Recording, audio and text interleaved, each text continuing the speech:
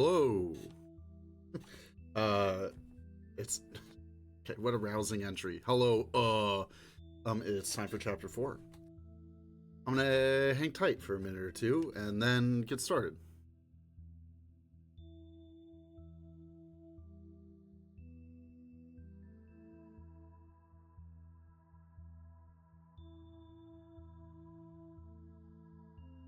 It was a whole 50 degrees Fahrenheit today in Massachusetts. I'm so thrilled. It was balmy. Ugh, unbelievable. The long dark is ending.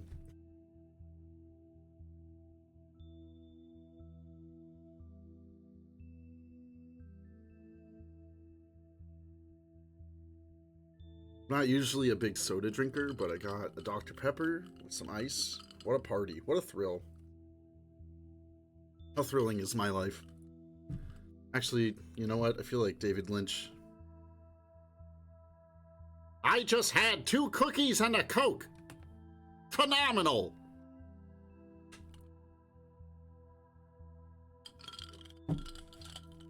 All right. Another 30 seconds and then let's get started.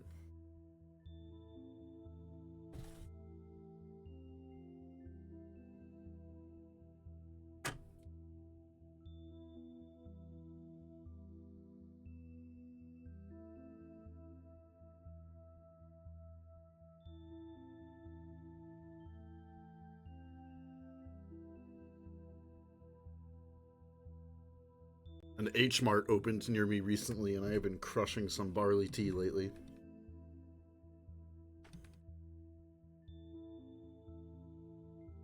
Okay, I don't know why I told you that. Alright, let me open up. Here we go. The Gutenberg file.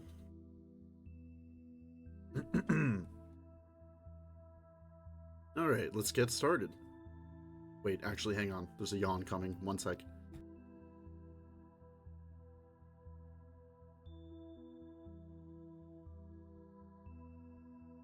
Okay. Alright, now let's get started.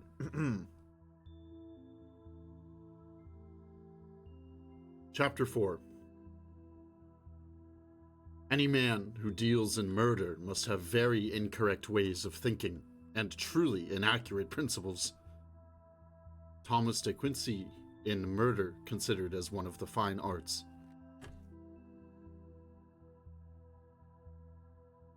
For that matter, we took off fast, with the plane swinging to beat hell. Alice and me was in the 2 kneeling seats, and we hugged them tight, but Pop was loose and sort of rattled around the cabin for a while. Serves him right. On one of the swings, I caught a glimpse of the 7 dented gas tanks, looking like dull crescents from this angle through the orange haze, and getting rapidly smaller as they hazed out.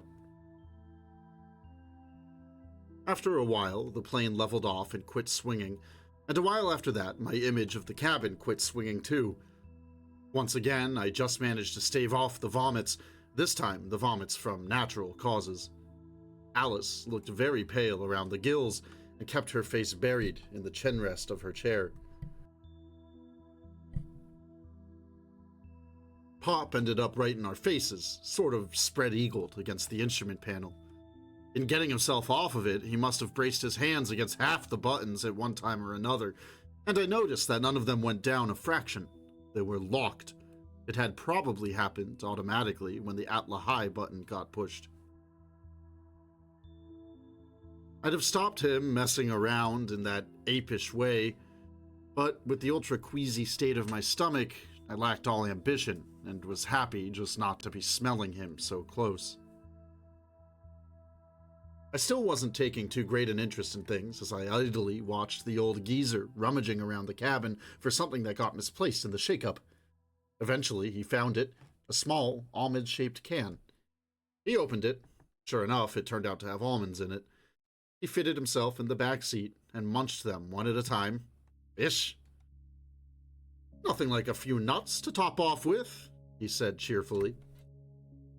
I could have cut his throat even more cheerfully, but the damage had been done, and you think twice before you kill a person in close quarters when you aren't absolutely sure you'll be able to dispose of the body. How did I know I'd be able to open the door? I remember philosophizing that Pop ought at least to have broken an arm, so he'd be as badly off as Alice and me, though for that matter, my right arm was fully recovered now. But he was all in one piece. There's just no justice in events, that's for sure. The plane plowed along silently through the orange soup, though there was really no way to tell it was moving now, until a skewy spindle shape loomed up ahead and shot back over the viewport. I think it was a vulture. I don't know how vultures manage to operate in the haze, which ought to cancel their keen eyesight, but they do. It shot past fast. Alice lifted her face out of the sponge stuff and began to study the buttons again. I heaved myself up and around a little and said, "Pop, Alice and me are going to try to work out how this plane navigates. This time, we don't want no interference." I didn't say a word more about what he'd done. It never does to hash over stupidities. "That's perfectly fine. Go right ahead," he told me. "I feel calm as a kitten now that we're going somewhere. That's all that ever matters with me." He chuckled a bit and added, "You got to admit, I gave you and Alice something to work with." But then he had the sense to shut up tight. We weren't so chary of pushing buttons this time, but 10 minutes or so convinced us that you couldn't push any of the buttons anymore. They were all locked down. All locked, except for maybe one, which we didn't try at first for a special reason. We looked for other controls, sticks, levers, pedals, finger holes, and the like. There weren't any. Alice went back and tried the buttons on Pop's minor console. They were locked too. Pop looked interested but didn't say a word. We realized in a general way what had happened, of course. Pushing the Atla High button had set us on some kind of irreversible automatic. I couldn't imagine the why of gimmicking a plane's controls like that, unless maybe to keep loose children or prisoners from being able to mess things up while the pilot took a snooze. But there were a lot of whys to this plane that didn't seem to have any standard answers. The business of taking off on irreversible automatic had happened so neatly that I naturally wondered whether Pop might not know more about navigating this plane than he let on. A whole lot more, in fact, and the seemingly idiotic petulance of his pushing all the buttons may have been a shrewd cover for pushing the Atla High button. But if Pop had been acting, he'd been acting beautifully, with a serene disregard for the chances of breaking his own neck. I decided this was a possibility I could think about later, and maybe act on then, after Alice and me had worked through the more obvious stuff. The reason we hadn't tried the one button yet was that it showed a green nimbus, just like the Atla High button had. Just like the Atla High button had a violet nimbus. Now there was no green on either of the screens, except for the tiny green star that I had figured stood for the plane, and it didn't make sense to go where we already were. And if it meant some other place, some place not shown on the screens, you bet we weren't going to be too quick about deciding to go there. It might not be on Earth. Alice expressed it by saying, "My namesake was always a little too quick at responding to those drink me cues." I suppose she thought she was being cryptic, but I fooled her. "Alice in Wonderland?" I asked. She nodded and gave me a little smile, not at all like one of the eat me smiles she'd given me last evening. It is funny how crazily happy a little touch of the intellectual past like that can make you feel, and how horribly uncomfortable a moment later. We both started to study the North America screen again, and almost at once we realized that it had changed in one small particular. The green star had twinned. Where there had been one point of green light, there were now two, very close together, like the double star and the handle of the Dipper. We watched it for a while. The distance between the two stars grew perceptibly greater. We watched it for a while longer, considerably longer. It became clear that the position of the more westerly star on the screen was fixed, while the more easterly star was moving east toward Atla High with about the speed of the tip of the minute hand on a wristwatch, 2 inches an hour, say. The pattern began to make sense. I figured it this way. The moving star must stand for the plane. The other green dot must stand for where the plane had just been. For some reason, the spot on the freeway by the old cracking plant was recognized as a marked locality by the screen. Why, I don't know. It reminded me of the old X marks the spot of newspaper murders, but that would be getting very fancy. "Hold tight, everybody," I said to Alice, grudgingly including Pop in my warning. "I gotta try it." I gripped my seat with my knees and one arm and pushed the green button. It pushed. The plane swung around in a level loop, not too tight to disturb the stomach much, and steadied out again. I couldn't judge how far we'd swung, but Alice and me watched the green stars, and after about a minute she said, "They're getting closer." And a little while later I said, "Yeah, for sure." I scanned the board. The green button, the cracking plant button, to call it that, was locked down, of course. The Atlahai button was up, glowing violet. All the other buttons were still up and locked up. I tried them all again. It was as clear as day used to be. We could either go to Atlahai, or we could go back where we'd started from. There was no third possibility. It was a little hard to take. You think of a plane as freedom, as something that will carry you anywhere in the world you choose to go, especially any paradise, and then you find yourself worse limited than if you'd stayed on the ground. At least that was the way it was happening to us. But Alice and me were realists. We knew it wouldn't help to wail. We were up against another one of those two problems, the problem of two destinations, and we had to choose ours. If we go back, I thought, we can trek on somewhere, anywhere, richer by the loot from the plane, especially that survival kit.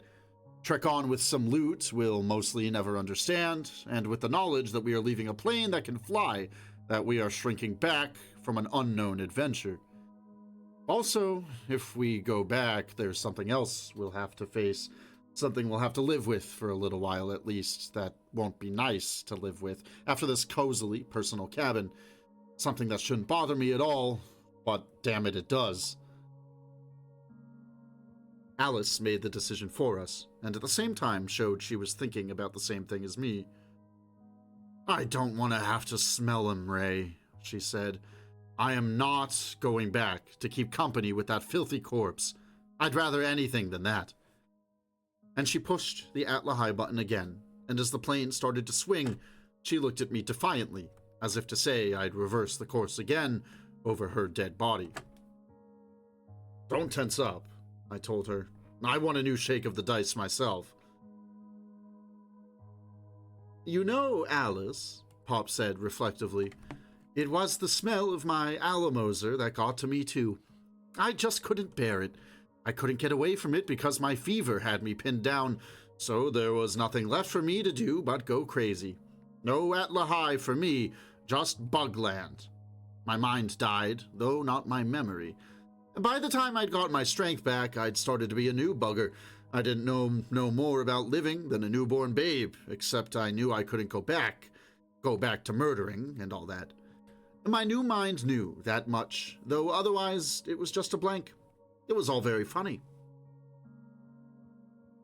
And then, I suppose," Alice cut in, her voice corrosive with sarcasm, "you hunted up a wandering preacher, or perhaps a kindly old hermit who lived on hot manna, and he showed you the blue sky." "Why, no, Alice," Pop said. "I told you I don't go for religion.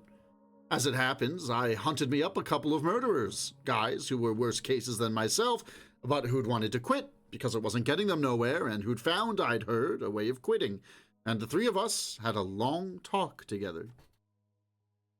"And they told you the great secret of how to live in the Deathlands without killing," Alice continued acidly. "Drop the nonsense, Pop. It can't be done."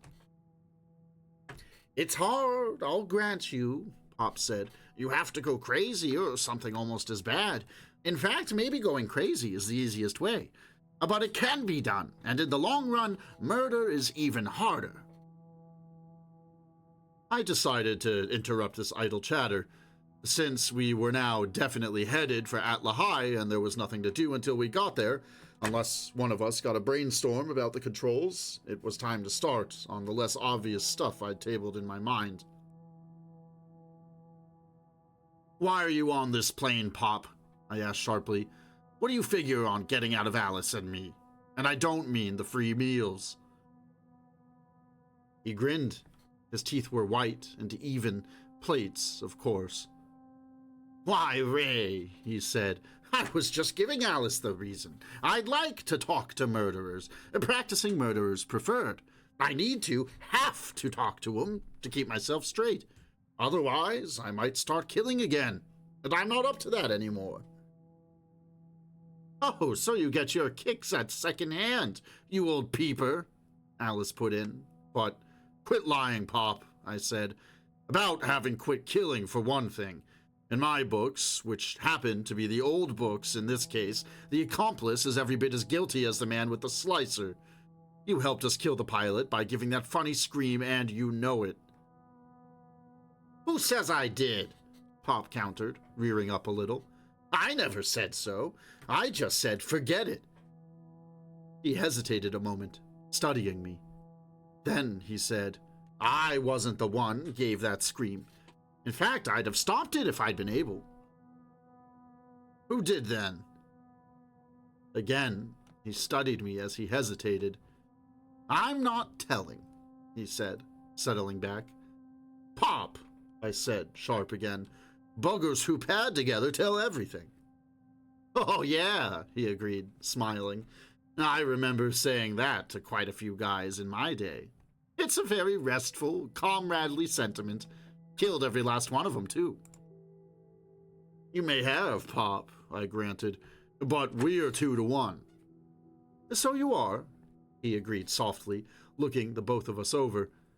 I knew what he was thinking, that Alice still had just her pliers on, and that in these close quarters his knives were as good as my gun. "Give me your right hand, Alice," I said, without taking my eyes off Pop. I reached the knife without a handle out of her belt, and then I started to unscrew the pliers out of her stump.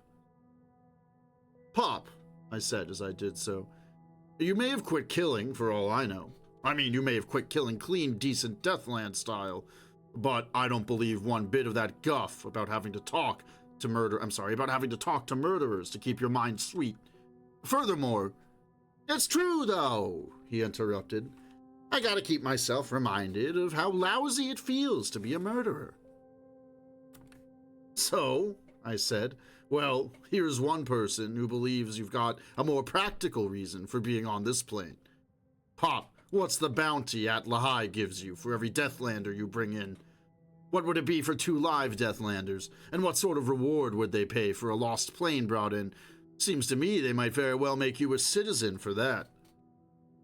"Yes, even give you your own church," Alice added with a sort of wicked gaiety.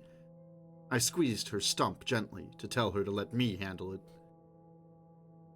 "Why, I guess you can believe that if you want to," Pop said, and let out a soft breath. "Seems to me you need a lot of coincidences and happenstances to make that theory hold water. But sure, you can believe it if you want to. I got no way, Ray, to prove to you I'm telling the truth, except to say I am." "Right," I said, and then I threw the next one at him real fast. "What's more, Pop, weren't you traveling in this plane to begin with? That cuts a happenstance. Didn't you hop out while we were too busy with the pilot to notice and just pretend to be coming from the cracking plant? Weren't the buttons locked because you were the pilot's prisoner?" Pop creased his brow thoughtfully. "It could have been that way," he said at last. "Could have been, according to the evidence as you saw it. It's quite a bright idea, Ray. I can almost see myself skulking in this cabin while you and Alice—" "You were skulking somewhere," I said. I finished screwing in the knife and gave Alice back her hand. "I'll repeat it, Pop," I said. "We're 2-1. You'd better talk." "Yes," Alice added, disregarding my previous hint. "You may have given up fighting, Pop, but I haven't. Not fighting, nor killing, nor anything in between those two. Any least thing." My girl was being her most pantherish. "Now, who says I've given up fighting?" Pop demanded, rearing a little again. You people assume too much. It's a dangerous habit. Before we have any trouble and somebody squawks about me cheating, let's get one thing straight. If anybody jumps me, I'll try to disable them. I'll try to hurt them in any way short of killing, and that means hamstringing and rabbit punching and everything else. Every least thing, Alice. And if they happen to die, well, I'm honestly just trying to hurt them in a way short of killing, well, then I won't grieve too much. My conscience will be reasonably clear. Is that understood? I had to admit that it was. Pop might be lying about a lot of things, but I just didn't believe he was lying about this. And I already knew Pop was quick for his age and strong enough. If Alice and me jumped him, there'd be blood let 6 different ways.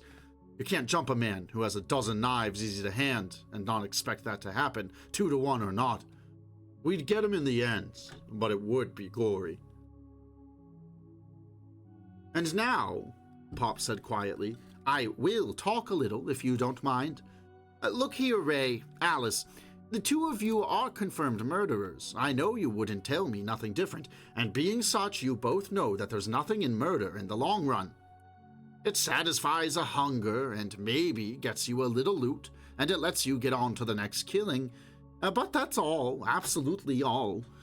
Yet you gotta do it, because it's the way you're built. The urge is there. It's an overpowering urge, and you got nothing to oppose it with. You feel the big grief and the big resentment. The dust is eating at your bones. You can't stand the city squares, the Porterites and Mantinors and such, because you know they're whistling in the dark, and it's a dirty tune. So you go on killing. But if there were a decent, practical way to quit, you'd take it. At least I think you would. When you still thought this plane could take you to Rio or Europe, you felt that way, didn't you? You weren't planning to go there as murderers, were you? You were going to leave your trade behind. It was pretty quiet in the cabin for a couple of seconds. Then Alice's thin laugh sliced the silence. We were dreaming then, she said. We were out of our heads. But now you're talking about practical things, as you say. What do you expect us to do if we quit our trade, as you call it? Go into Walla Walla or Washita and give ourselves up? I might lose more than my right hand at Washita this time. That was just on suspicion. Or at Lahai, I added meaningfully. Are you expecting us to admit we're murderers when we get to Atlahai, Pop? The old geezer smiled and thinned his eyes. Now, that wouldn't accomplish much, would it? Most places, they'd just string you up, maybe after tickling your pain nerves a bit.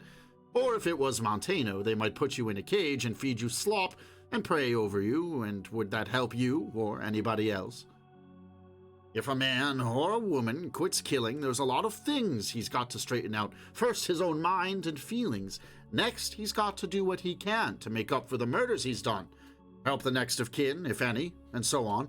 Then he's got to carry the news to other killers who haven't heard it yet. He's got no time to waste being hanged. Believe me, he's got work lined up for him. Work that's got to be done mostly in the Deathlands. And it's the sort of work the city squares can't help him with one bit, because they just don't understand us murderers, and what makes us tick. We have to do it ourselves. Hey, Pop. I cut in, getting a little interested in the argument. There wasn't anything else to get interested in until we got to Atlahai, or Pop let down his guard. I dig you on the city squares. I call them cultural queers, and what sort of screwed up fatheads they are. But just the same, for a man to quit killing, he's got to quit lone wolfing it. He's got to belong to a community. He's got to have a culture of some sort, no matter how disgusting or nutsy. Well, Pop said, don't us Deathlanders have a culture? With customs and folkways and all the rest? A very tight little culture, in fact. Nutsy as all get out, of course, but that's one of the beauties of it. Oh, sure, I granted him, but it's a culture based on murder, and devoted wholly to murder. Murder is our way of life. That gets your argument nowhere, Pop. Correction, he said, or rather, reinterpretation. And now, for a little while, his voice got less old man harsh and yet bigger somehow, as if it were more than just Pop talking. Every culture, he said, is a way of growth, as well as a way of life, because the first law of life is growth. Our Deathland culture is devoted to growing through murder, away from murder. That's my thought. It's about the toughest way of growth anybody was ever asked to face up to, but it's a way of growth just the same. A lot bigger and fancier cultures never could figure out the answer to the problem of war and killing. We know that, all right. We inhabit their grandest failure. Maybe us Deathlanders, working with murder every day, unable to pretend that it isn't part of every one of us, unable to put it out of our minds like the city squares do. Maybe us Deathlanders are the ones to do that little job. But hell, Pop, I objected, getting excited in spite of myself. Even if we got a culture here in the Deathlands, a culture that can grow, it ain't a culture that can deal with repentant murderers. In a real culture, a murderer feels guilty and confesses, and then he gets hanged or imprisoned a long time, and that squares things for him and everybody. You need religion and courts and hangmen and screws and all the rest of it. I don't think it's enough for a man just to say he's sorry and go around glad-handing other killers. That isn't going to be enough to wipe out his sense of guilt. Pop squared his eyes at mine. Are you so fancy that you have to have a sense of guilt, Ray? He demanded. Can't you just see when something's lousy? A sense of guilt's a luxury. Of course it's not enough to say you're sorry. You're going to have to spend a good part of the rest of your life making up for what you've done. And what you will do, too. What about hanging and prisons? Was it ever proved that those were the right things for murderers? As for religion now, some of us who have quit killing are religious, and a lot of us, me included, aren't. And some of the ones that are religious figure, maybe because there's no way for them to get hanged, that they're damned eternally. But that doesn't stop them doing good work. I ask you now, is any little thing like being damned eternally a satisfactory excuse for behaving like a complete rat? That did it somehow. That last statement of Pop's appealed so much to me and was completely crazy at the same time that I couldn't help warming up to him. Don't get me wrong, I didn't really fall for his line of chatter at all, but I found it fun to go along with it, so long as the plane was in this shuttle situation and we had nothing better to do. Alice seems to feel the same way. I guess any bugger that could kid religion the way Pop could got a little silver star in her books. Bronze, anyway. I need a short break here. Hang on.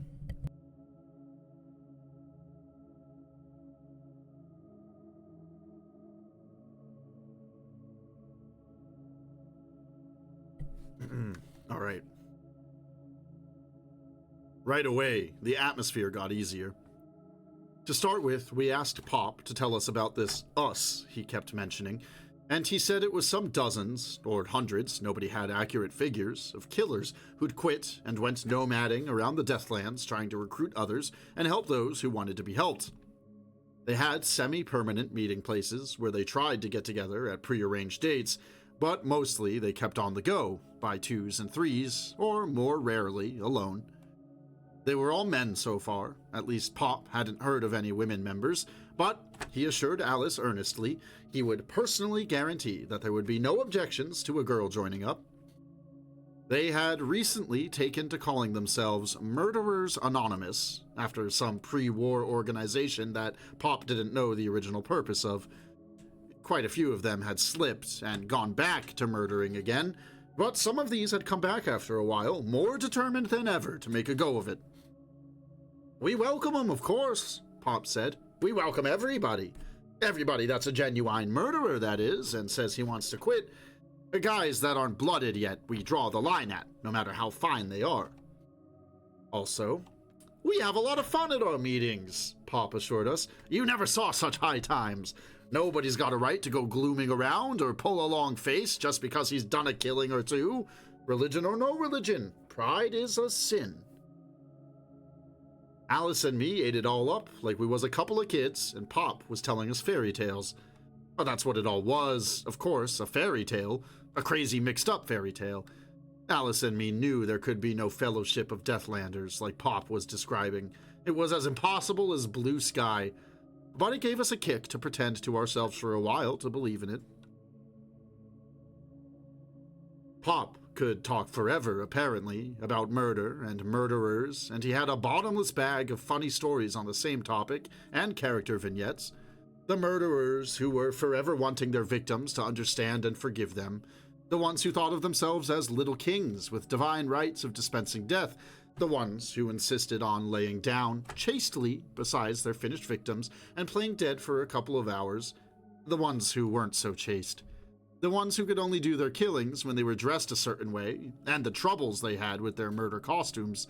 The ones who could only kill people with certain traits or of a certain appearance, redheads say, or people who read books or who couldn't carry tunes or who used bad language. The ones who always mixed sex and murder, and the ones who believed that murder was contaminated by the least breath of sex, the sticklers and the sloppy joes, the artists and the butchers, the axe and stiletto types, the compulsives and the repulsives. Honestly, Pop's portraits from life added up to a dance of death as good as anything the Middle Ages ever produced, and they ought to have been illustrated like those by some great artist. Pop told us a lot about his own killings too. Alice and me was interested, but neither of us wasn't tempted into making parallel revelations about ourselves. Your private life's your own business, I felt, as close as your guts, and no joke's good enough to justify revealing a knot of it. Not that we talked about nothing but murder while we were bulleting along toward Atla High. The conversation was freewheeling, and we got onto all sorts of topics. For instance, we got to talking about the plane and how it flew itself, or levitated itself, rather. I said it must generate an anti-gravity field that was keyed to the body of the plane, but nothing else, so that we didn't feel any lighter, nor any of the objects in the cabin.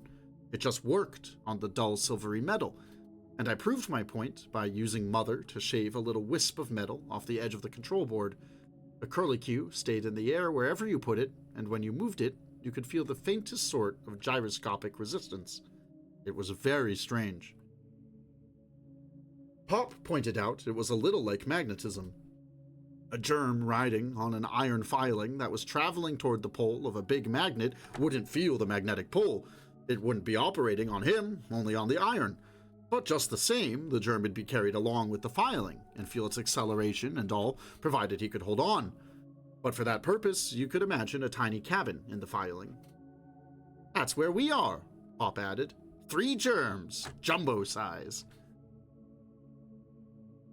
Alice wanted to know why an anti-gravity plane should have even the stubbiest wings, or a jet for that matter, for we remembered now we'd noticed the tubes, and I said it was maybe just a reserve system in case the anti-gravity failed, and Pop guessed it might be for extra fast battle maneuvering, or even for operating outside the atmosphere, which hardly made sense, as I proved to him. If we're a battle plane, where's our guns? Alice asked. None of us had an answer. We remembered the noise the plane had made before we saw it. It must have been using its jets then. And do you suppose, Pop asked, that it was something from the anti-gravity that made electricity flare out of the top of the cracking plant? Like to have scared the pants off me. No answer to that either. Now was a logical time, of course, to ask Pop what he knew about the cracking plant, and just who had done the scream if not him, but I figured he still wouldn't talk. As long as we were acting friendly, there was no point in spoiling it. We guessed around a little, though, about where the plane came from. Pop said Alamos, I said Atla High. Alice said why not from both? Why couldn't Alamos and Atla High have some sort of treaty, and the plane be traveling from the one to the other? We agreed it might be. At least it fitted with the Atla High violet and the Alamos blue being brighter than the other colors. I just hope we got some sort of anti-collision radar, I said. I guessed we had, because twice we'd jogged in our course a little, maybe to clear the Alleghenies. The easterly green star was by now getting pretty close to the violet blot of Atla High.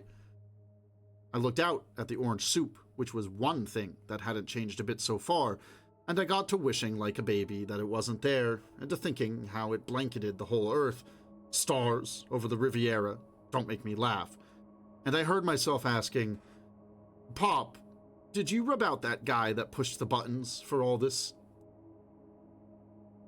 Nope, Pop answered without hesitation, just as if it hadn't been 4 hours or so since he'd mentioned the point. Nope, Ray. Fact is, I welcomed him into our little fellowship about 6 months back. This is his knife here, this horn handle in my boot, though he never killed with it. He claimed he'd been tortured for years by the thought of the millions and millions he'd killed with blast and radiation, but now he was finding peace at last because he was where he belonged, with the murderers, and could start to do something about it. Several of the boys didn't want to let him in. They claimed he wasn't a real murderer, doing it by remote control, no matter how many he bumped off. I'd have been on their side, Alice said, thinning her lips. Yep, Pop continued. They got real hot about it. He got hot too, and all excited, and offered to go out and kill somebody with his bare hands right off. Or try to. He's a skinny little runt. If that's what he'd had to do to join. We argued it over. I pointed out that we let ex-soldiers count the killings they'd done in service, and that we counted poisonings and booby traps, and such too, which were remote killings in a way. So eventually we let him in. He's doing good work. We are fortunate to have him. Do you think he's actually the guy who pushed the buttons? I asked Pop. How should I know? Pop replied. He claims to be.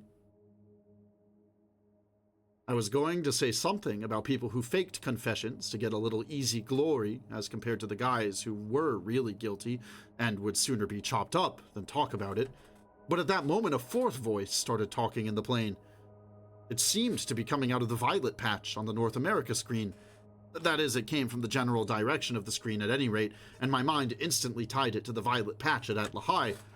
It gave us a fright, I can tell you. Alice grabbed my knee with her pliers. She'd changed again, harder than she'd intended, I suppose, though I didn't let out a yip.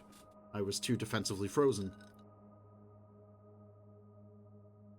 The voice was talking a language I didn't understand at all, that went up and down the scale like atonal music. Sounds like Chinese, Pop whispered, giving me a nudge. It is Chinese. Mandarin. The screen responded instantly in the purest English. At least that's how I describe it. Practically Boston. Who are you? And where's Grail? Come in, Grail. I knew well enough who Grail must be, or rather have been. I looked at Pop and Alice. Pop grinned, maybe a mite feebly this time, I thought, and gave me a look as if to say, You want to handle it? I cleared my throat. Then, we've taken over for Grail, I said to the screen. Oh. The screen hesitated, just barely. Then, do any of you speak Mandarin? I hardly bothered to look at Pop and Alice. No, I said. Oh. Again, a tiny pause. Is Grail aboard the plane? No, I said. Oh. Incapacitated in some way, I suppose. Yes, I said, grateful for the screen's tactfulness, unintentional or not. But you have taken over for him. The screen pressed. Yes, I said, swallowing. I didn't know what I was getting us into. Things were moving too fast, but it seemed the merest sense to act cooperative. I'm very glad of that, the screen said, with something in its tone that made me feel funny. I guess it was sincerity. Then it said, and hesitated, and started again with, Are the blocks aboard? I thought. Alice pointed at the stuff she dumped out of the other seat. I said, there's a box with 1,000 or so 1-inch underweight steel cubes in it. Like a child's blocks, but with buttons in them, alongside a box with a parachute. Yes, that's what I mean, the screen said, and somehow, maybe because whoever was talking was trying to hide it, I caught a note of great relief. Look, the screen said, more rapidly now. I don't know how much you know, but we may have to work very fast. You aren't going to be able to deliver the steel cubes to us directly. In fact, you aren't going to be able to land in Atlantic Highlands at all. We're sieged in by planes and ground forces of Savannah Fortress. All our aircraft, such as haven't been destroyed, are pinned down. You're going to have to parachute the blocks to a point as near as possible to one of our ground parties that's made a sortie. We'll give you a signal. I hope it will be later, nearer here, that is, but it may be sooner. Do you know how to fight the plane you're in? Operate its armament? No, I said, wetting my lip. Then that's the first thing I'd best teach you. Anything you see in the haze from now on will be from Savannah. You must shoot it down. That is the end of chapter 4, and I think a good place to stop. Yes, I think so. And then chapter 5 and 6, I think we might read both next time. All right, that's a cool development. I'm excited for the future. If you listened in today, thanks for joining me. I appreciate it. It's nice to hang. I will read again. I don't know. Maybe Sunday. Maybe Sunday, Tuesday will be the new cadence. Who could say? I need to establish a better, or reestablish a schedule. Things kind of fell off. Yeah, winter does that to me pretty easily. I'm sure many of you can relate. The darkness and the cold, you know how it is. But like I said, 50 degrees today. Hoo-yah! All right. Thanks for hanging. I'll catch you folks next time. Thank you, as always, to Aindulmedir for the use of his music. We listened to Star Lore today. Find him on Spotify, Bandcamp, YouTube, you name it. He's out there. Great music for reading, for writing, for doing art or crafts or what have you. Big fan. All right, folks, I will catch you next time, and take it easy. See ya.